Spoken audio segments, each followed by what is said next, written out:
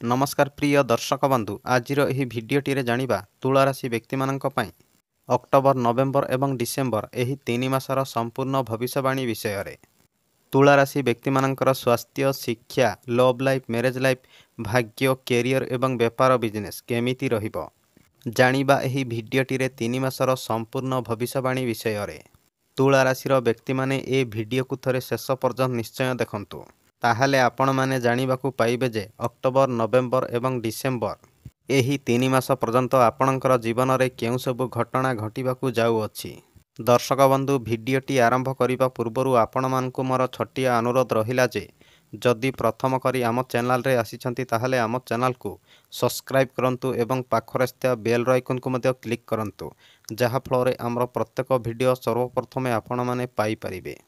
आउ जदि वीडियो पसंद लगे ताहले वीडियो को गुटे लाइक करंतु शेयर करंतु एवं कमेंट बॉक्स रे हृदय रे जय शनिदेव अवश्य लिखंतु।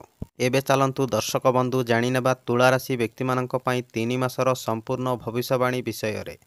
आउ जानि रखंतु जे एही कार्यक्रमटी जन्म राशि एवं चंद्र राशि पर आधारित अटे। प्रथमे जानिबा नवग्रहंकर स्थिति। आपणकर प्रथम भाव में शुक्रदेव विराजमान अछंती एवं आपणकर पंचम भाव में शनिदेव विराजमान अछंती एवं आपणकर अष्टम भाव में विराजमान अछंती देवगुरु बृहस्पति। आउ आपणकर नवम भाव में विराजमान अछंती मंगल एवं आपणकर द्वादश घरे विराजमान अछंती बुधदेव सूर्यदेव एवं केतु। तुला राशि व्यक्ति माने एबे ध्यान देखि शुणंतु संपूर्ण 3 मासर भविष्यवाणी विषय रे जानिबा। आपणकर नवम घरे मंगल विराजमान अछंती किंतु मंगल 20 अक्टोबर को आपणकर दशम घरे विराजमान करिवे। तुला राशि व्यक्ति माने ध्यान रखंतु जे जेबे मंगल आपणकर दशम घरे विराजमान करिवे आपणकर लाइफ पार्टनर रो कैरियर रे किछि ना किछि परिवर्तन निश्चय देखा देबो। किंतु गुटिए दुखर कथा हला जे आपणक भितरे टिके क्रोध देखा जिवो कारण मंगल दशम भाव में विराजमान रहीकि प्रथम भाव को दृष्टि देवे। सेतिपई तुला राशि व्यक्ति माने 20 अक्टोबर पर आपणकर क्रोध को टिके कंट्रोल रखिबा पई चेष्टा करंतु नहेले आपणकर जीवन में बहुत किछि समस्या सृष्टि हेइ जिवो कारण जेबे मंगल आपणकर दशम घरे विराजमान करिवे आपणकर पेशेंस एवं धैर्य बहुत दुर्बल होई जिवो।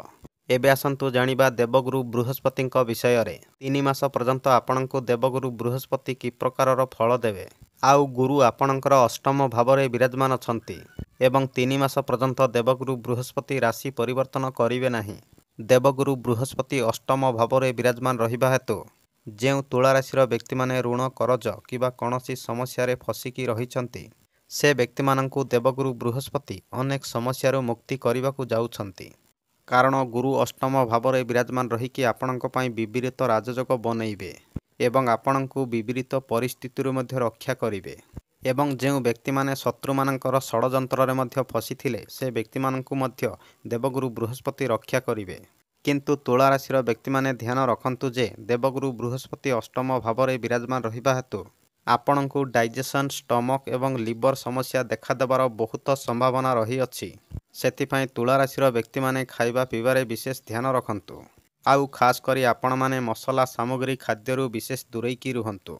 एबे आसंतु जानिबा आपणकर स्वास्थ्य विषय रे। अक्टोबर नवेम्बर एवं डिसेम्बर एही 3 मास पर्यंत आपणकर हेल्थ किपरि रहिबो। आपणकर प्रथम भावर स्वामी होचंती शुक्रदेव एवं शुक्रदेव प्रथम भाव में ही विराजमान अछंती किंतु शुक्रदेव 13 अक्टोबर को आपणकर द्वितीय भाव में विराजमान करिवे एवं 7 नवेम्बर पर्यंत शुक्रदेव द्वितीय भाव में ही विराजमान रहिवे। तुला राशि व्यक्ति माने ध्यान रखंतु जे 13 अक्टोबर ठारू 7 नवेम्बर पर्यंत आपणकर हेल्थ बहुत भल रहिबो किंतु गुटिए कथा ध्यान रखंतु जे 7 नवेम्बर ठारू 10 डिसेम्बर पर्यंत आपणकर इम्यूनिटी सिस्टम टिके कमजोर रहिबो। सेतिपई तुला राशि व्यक्ति माने 7 नवेम्बर ठारू 10 डिसेम्बर पर्यंत आपणकर खाइबा पीबारे विशेष ध्यान रखंतु आउ खास करी आपण माने बाहरर खाद्य जमा मध्य खाआंतु नाही। एबे आसंतु जानिबा विद्यार्थी मानक पई 3 मास पर्यंत केमिति कटिबो।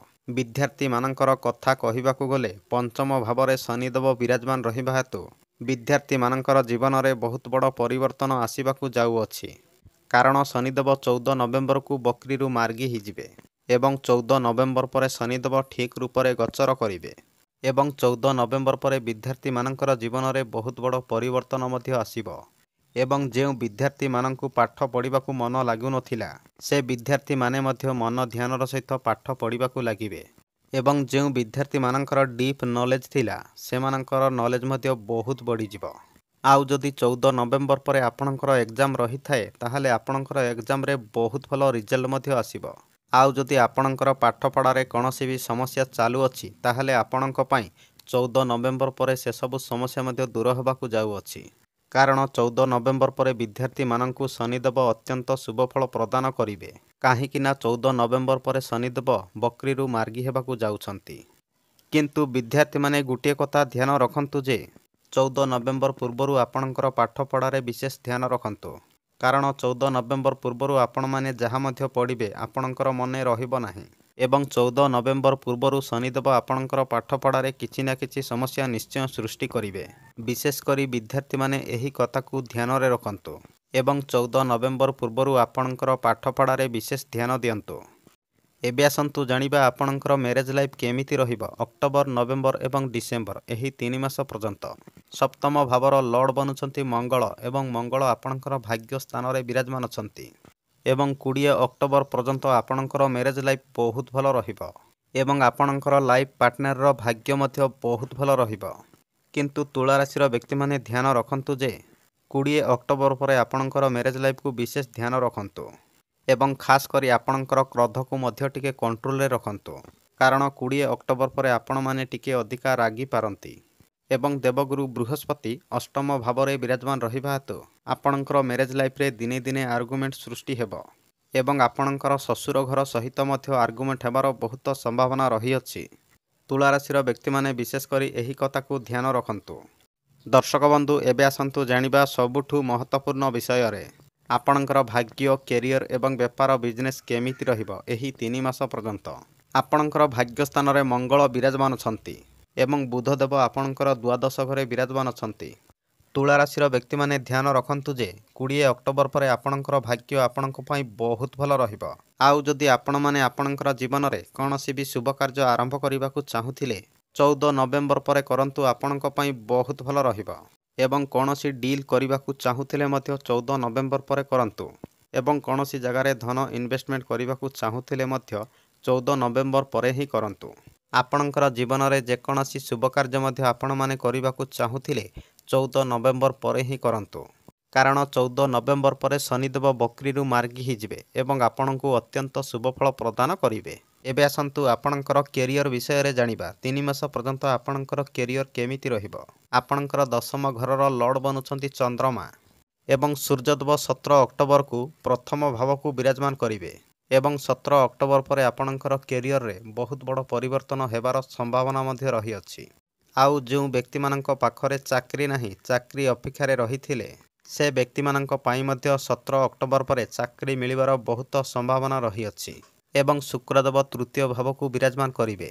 ଏହି କାରଣରୁ 13 ଅକ୍ଟୋବର ପରେ ଆପଣଙ୍କର ବାଣୀ ମଧ୍ୟ ବହୁତ ମଜବୁତ ରହିବ ଏବଂ 13 ଅକ୍ଟୋବର ପରେ ଆପଣଙ୍କର କଥାବାର୍ତ୍ତା ଏବଂ ମଧୁର ବାଣୀ ଯୋଗୁଁ ଆପଣଙ୍କୁ ବହୁତ ଗୁଡ଼ାଏ କାମ ମିଳିବାର ମଧ୍ୟ ବହୁତ ସମ୍ଭାବନା ରହିଅଛି।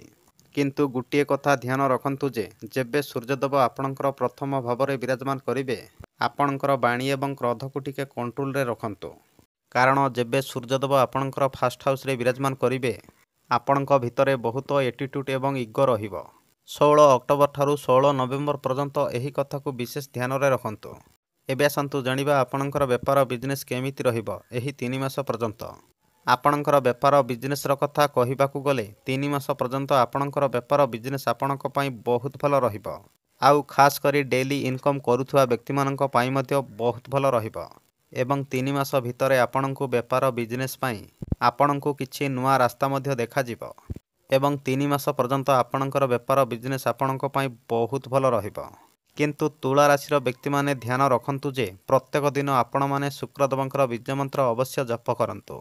ଓମ୍ ଦ୍ରାମ୍ ଦ୍ରିମ୍ ଦ୍ରମ୍ ସ ଶୁକ୍ରାୟ ନମଃ ଏହି ମନ୍ତ୍ରକୁ ପ୍ରତ୍ୟେକ ଦିନ 108 ଥର ଜପ କରନ୍ତୁ ଏବଂ ପ୍ରତ୍ୟେକ ଦିନ ହନୁମାନ ଚାଳିଶା ପାଠ କରନ୍ତୁ। ଦର୍ଶକ ବନ୍ଧୁ, ଏଥିଲା ତୁଳା ରାଶିର ଅକ୍ଟୋବର, ନଭେମ୍ବର ଏବଂ ଡିସେମ୍ବର ଏହି 3 ମାସର ସମ୍ପୂର୍ଣ୍ଣ ଭବିଷ୍ୟବାଣୀ। ଯଦି ଆପଣମାନଙ୍କୁ ଏ ଭିଡ଼ିଓଟି ପସନ୍ଦ ଲାଗିଥାଏ ତାହେଲେ ଭିଡ଼ିଓକୁ ଗୋଟେ ଲାଇକ୍ କରନ୍ତୁ, ସେୟାର କରନ୍ତୁ ଏବଂ କମେଣ୍ଟ ବକ୍ସରେ ଆପଣଙ୍କର ମତାମତ ନିଶ୍ଚୟ ଜଣାନ୍ତୁ। ଆପଣଙ୍କର ମୂଲ୍ୟବାନ ସମୟ କାଢ଼ି ଭିଡ଼ିଓକୁ ଶେଷ ପର୍ଯ୍ୟନ୍ତ ଦେଖିଥିବାରୁ ବହୁତ ବହୁତ ଧନ୍ୟବାଦ।